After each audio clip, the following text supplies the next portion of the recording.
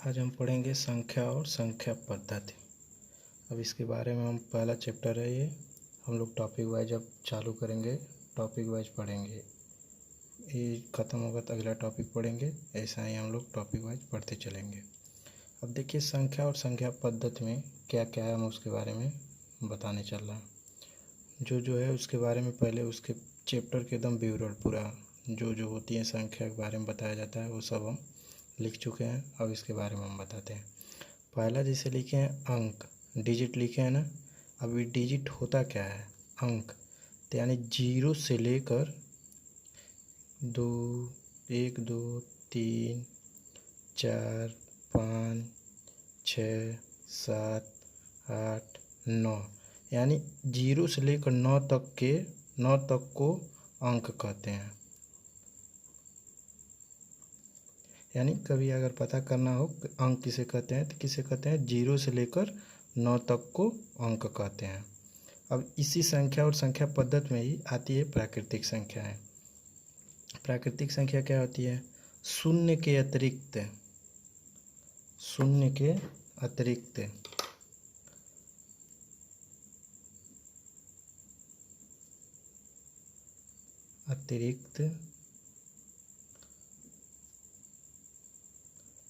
जितनी भी संख्याएं होती हैं,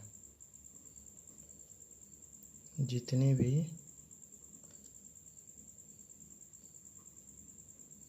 संख्याएं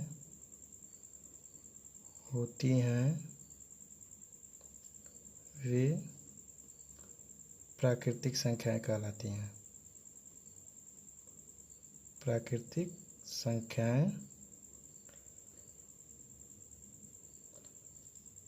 संख्याएं कहलाती हैं।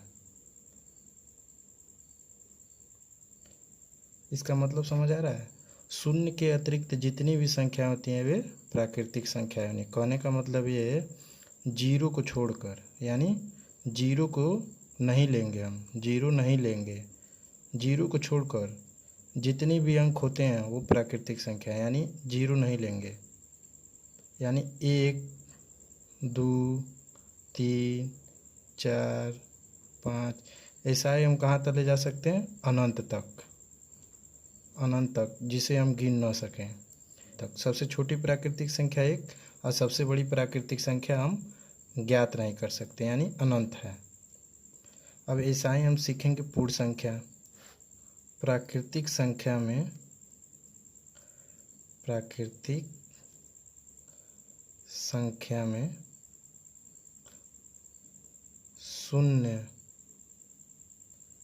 शून्य को भी सम्मिलित कर लेते हैं, वे पूर्ण संख्याएं कहलाती हैं।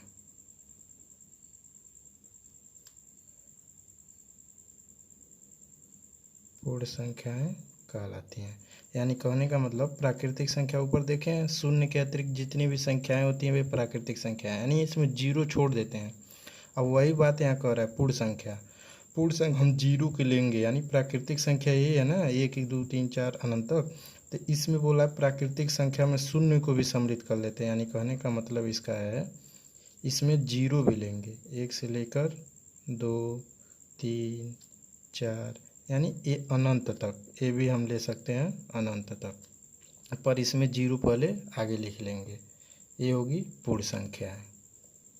अब इसी में पूर्णांक देखते हैं। पूर्णांक, इसको इंटीजर बोलते हैं। प्राकृतिक संख्याएं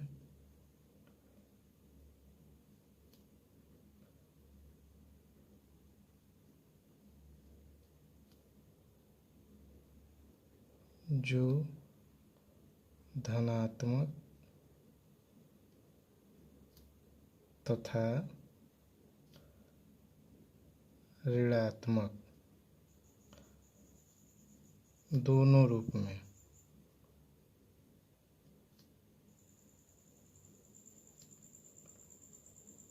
प्रदर्शित हों,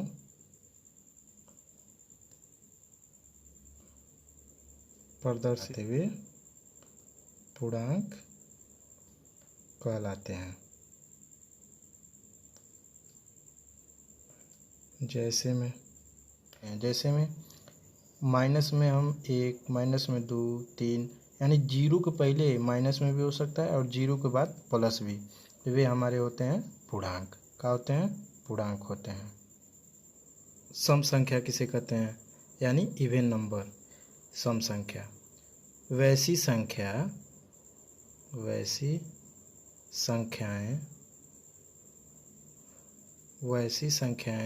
जो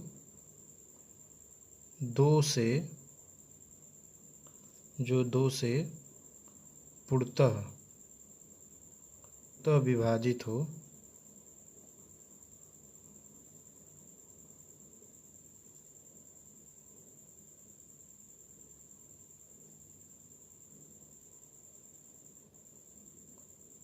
जाए, वैसी संख्याएं जो 2 से पूर्णतः विभाजित हो जाएं, सम संख्या कहलाती हैं। क्या कहलाती हैं? सम संख्या कहलाती है।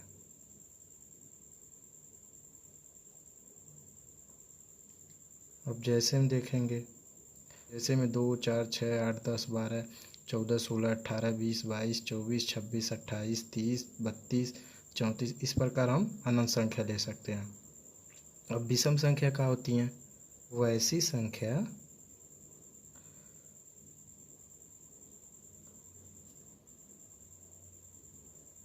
जो 2 से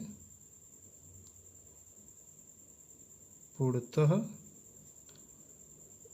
विभाजित न हो, यानी वैसी संख्या जो 2 से पूर्णतः विभाजित न हो, क्या कहलाएंगे? विषम संख्या। विषम संख्या कहलाएंगे, विषम संख्या कहलाती हैं।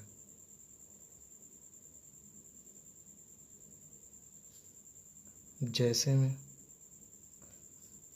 विषम संख्या 3, 5,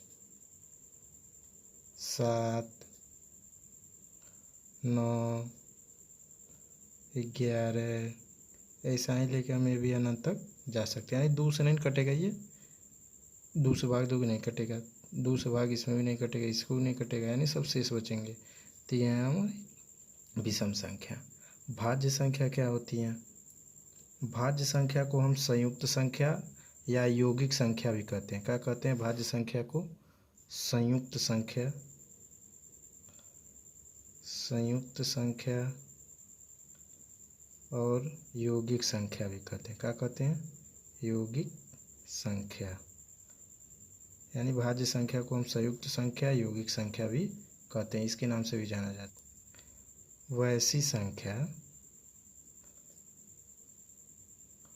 वैसी प्राकृतिक संख्याएं जो एक और के अलावा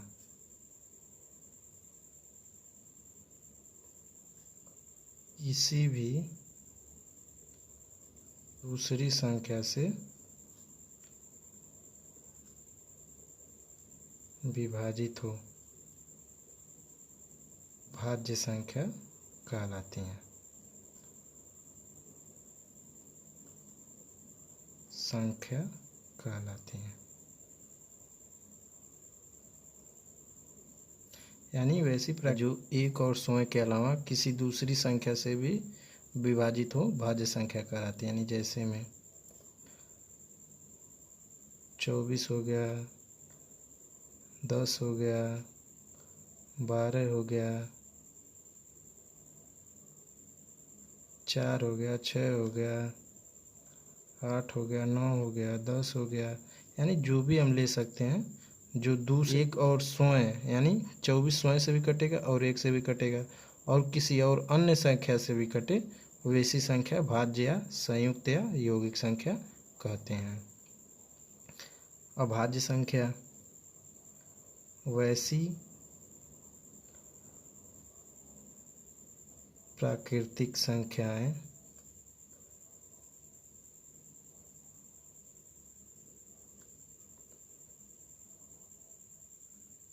जो एक तथा स्वयं से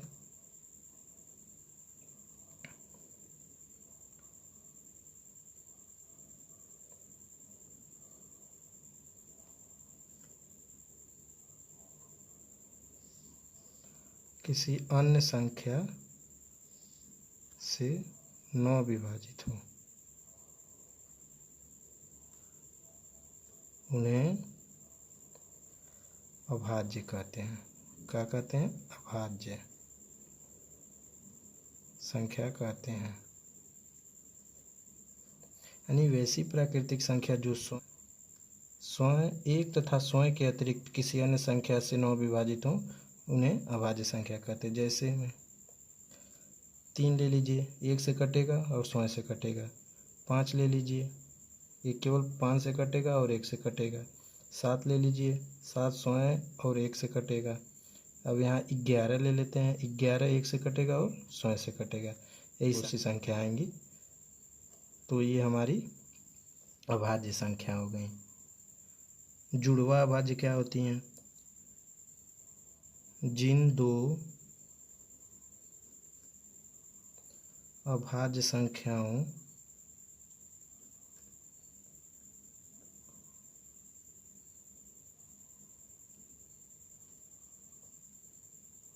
के बीच का अंतर 2 हो तो वे दोनों संख्याएं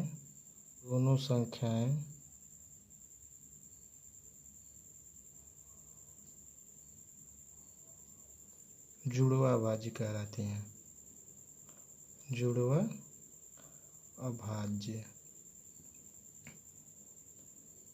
कहलाती हैं।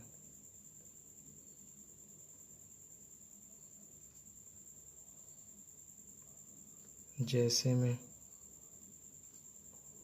3 5 5 7 11 13, यानी ऐसे दो को अभाज्य हैं। एक ए बी एक ए बी एक ए बी एक ए बी एक ए बी एक ए बी, ये सब डबल अभाज्य हैं। 2 का अंतर हो रहा है। 3 2 5 5 2 7 11 2 13, यही इनका कहने का। अब अभाज्य क्या होती हैं? जिन दो प्राकृतिक संख्याओं का मौसा एक हो, जिन दो प्राकृतिक संख्याओं का मौसा एक हो, दोनों संख्याएं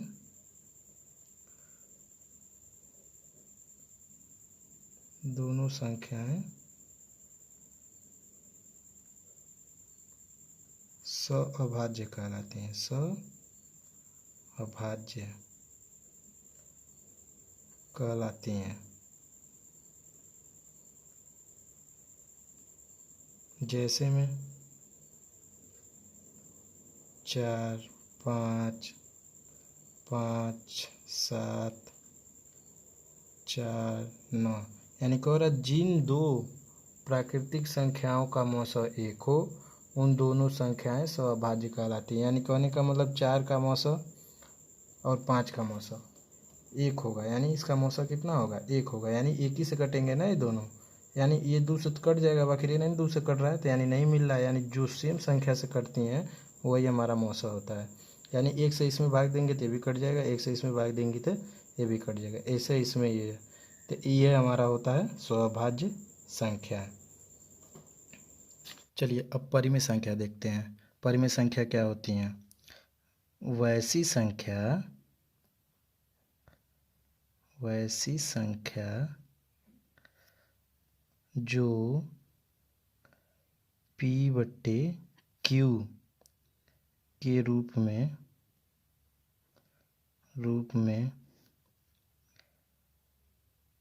हो या P/Q के रूप में व्यक्त की जा सके,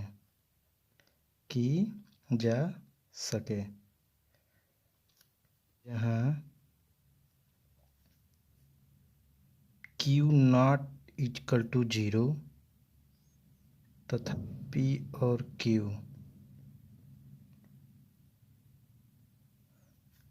Q दोनों पूर्णांक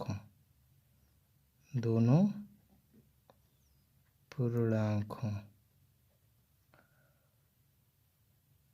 पूर्णांक संख्या हो, जैसे में 6/7, 4/9, 11/7, 5, 0, करड़ी में 4 आदि। ठीक, समझ आया। देखिए परिमेय संख्या क्या होती हैं। वैसी संख्या जो P/Q के रूप में हो या P/Q के रूप में व्यक्त की जा सके, जहाँ Q 0 नहीं होना चाहिए, यानी Q नीचे, यानी Q का मान जो है ना यहाँ 0 नहीं होना चाहिए। P और Q दोनों पूर्णांक संख्या हो, यानी पूर्णांक कहने का मतलब प्लस माइनस हो सकता है, चाहे ऊपर प्लस हो, चाहे नीचे प्लस हो, चाहे दोनों प्लस प्लस हो, यानी ये माइनस हो सकता है और प्लस भी हो सकता है, ये पर माइनस हो सकता है, ये प्लस हो सकता है। वही बोला है, दोनों पूर्णांक संख्या हो, चलो प्लस माइनस दोनों चलेगा, तो उन्हें हम क्या कहते हैं, परिमेय संख्या। अब यहाँ देखने वाली बात है, आप सोचेंगे परिमेय संख्या है कि नहीं है, इसका 2 का वर्ग कर देंगे तो ये हमारी 2 निकल जाएगी, कड़ी में है तो ये भी हमारा परिमेय संख्या है। अपरिमेय क्या होती हैं। अपरिमेय के देखेंगे, यदि कोई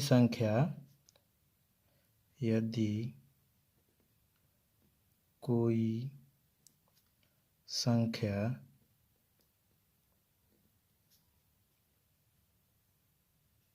जो करड़ी चिन्ह यानी √a के रूप में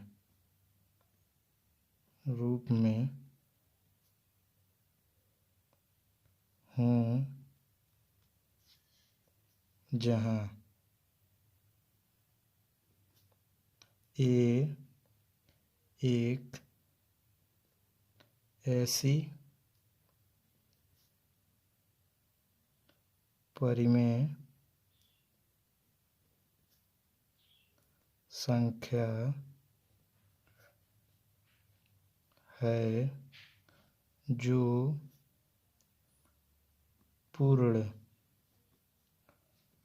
वर्ग नहीं है, तो संख्या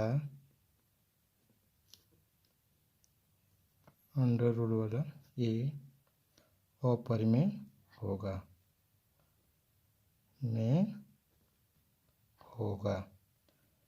यानी कहने का मतलब देखिए, यदि कोई संख्या जो करड़ी चिन्ह यानी करड़ी में कोई संख्या होगा, यहाँ ए दिया है, के रूप में हो, जहाँ ए एक ऐसी परिमेय संख्या है जो पूर्ण वर्ग नहीं हो, तो संख्या करड़ी में ए अपरिमेय होगा। जैसे कहने का मतलब देखिए, अब करड़ी में हम मान लीजिए ए था ना, यहाँ 2 ले रहे हैं, अब यहाँ करड़ी में हम 3 ले रहे हैं, फिर करड़ी में 5, फिर करड़ी में 2/7, फिर करड़ी में 3,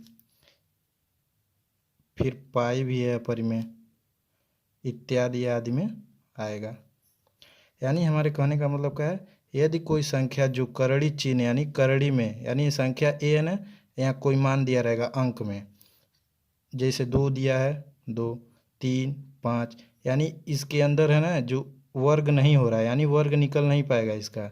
अब 4 रहता तो 4 का वर्ग 2 हो जाता है, यानी करड़ी से बाहर आ जाता है, यानी ये संख्या करड़ी से बाहर नहीं आएंगी, या तो दशमलव में आएंगी या तो सही बट्टे के रूप में आएंगी। तो वही कह रहा है, के रूप में हो जहाँ एक ऐसी परिमेय संख्या है जो पूर्ण वर्ग नहीं है, यानी पूर्ण वर्ग नहीं है, तो संख्या करड़ी में ये अपरिमेय होगा।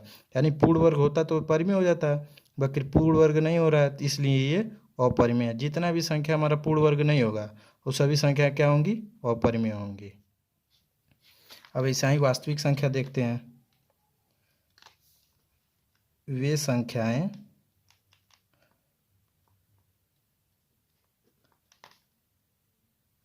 जो परिमेय अपरिमेय एवं पूर्णांक हो, यानी वैसी संख्याएं जो परिमेय, अपरिमेय एवं पूर्णांक हो, वास्तविक संख्याएं कहलाती हैं।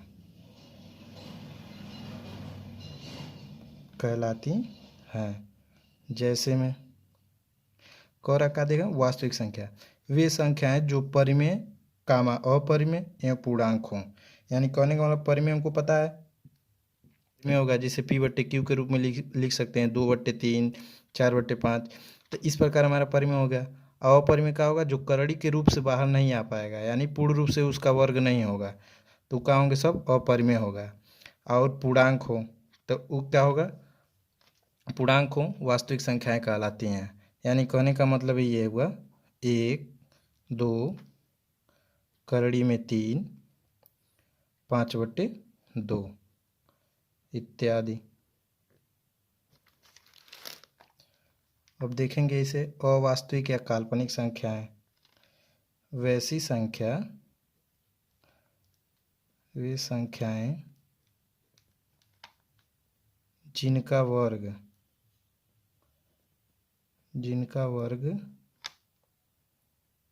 करने पर प्राप्त परिणाम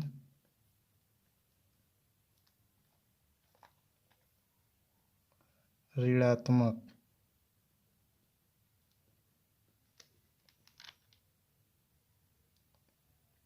प्राप्त हो, काल्पनिक संख्याएं कहलाती हैं। काल्पनिक संख्याएं होती हैं, कहलाती हैं। यानी कहने का मतलब इसका हुआ, वैसी संख्या जिनका वर्ग करने पर प्राप्त परिणाम ऋणात्मक प्राप्त हो, काल्पनिक संख्याएं कहलाती हैं। जैसे कहने का मतलब वर्ग कर रहे हैं हम, करड़ी में -5 का वर्ग कर रहे हैं हम, करड़ी में 5 का हम वर्ग कर रहे हैं। तो करड़ी में 5 का हम वर्ग करेंगे तो करड़ी में 5 माइनस करड़ी में 5, तो जब इसका वर्ग करेंगे दो रूप में तो यही होगा ना हमारा। तो करड़ी का जब वर्ग होता है, गुणा होता है, तो करड़ी हट जाती है। क्या होती है, करड़ी हट जाती है, बचा संख्या। तो क्या है,